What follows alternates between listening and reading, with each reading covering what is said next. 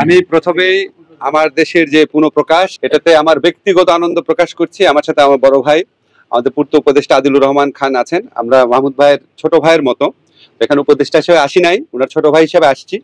তবে যেহেতু সরকারের সাথে কোনোভাবে নাম জড়িয়ে আছে, এজন্য বলতে চাচ্ছি যে আমাদের সরকার সংবাদপত্রের স্বাধীনতা, মত প্রকাশের স্বাধীনতা বিশ্বাস করে। বাংলাদেশের মানুষ সংবাদপত্রের স্বাধীনতা, মত প্রকাশের স্বাধীনতা বিশ্বাস করে। এবং এবং আমাদের এই আমলে যে আমার দেশ আবার নবযাত্রা শুরু করেছে, পুনঃপ্রকাশিত হয়েছে, এটা খুবই একটা বিফিটিং ঘটনা এবং খুব আনন্দদায়ক ঘটনা। আমি নিজে আমার দেশ পত্রিকা পড়তাম, বন্ধ হওয়ার আগে আমার মনে আছে এটা বিপুল ভাবে পাঠক নন্দিত ছিল।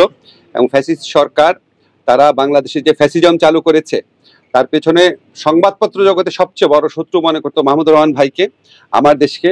ওনাকে ব্যক্তিগতভাবে যে সমস্ত নির্যাতন করা হয়েছে উনি আমাদের বলেন নাই, কিছু কিছু জায়গা থেকে শুনি। অবিশ্বাস্য ঘটনা, অবিশ্বাস্য ঘটনা।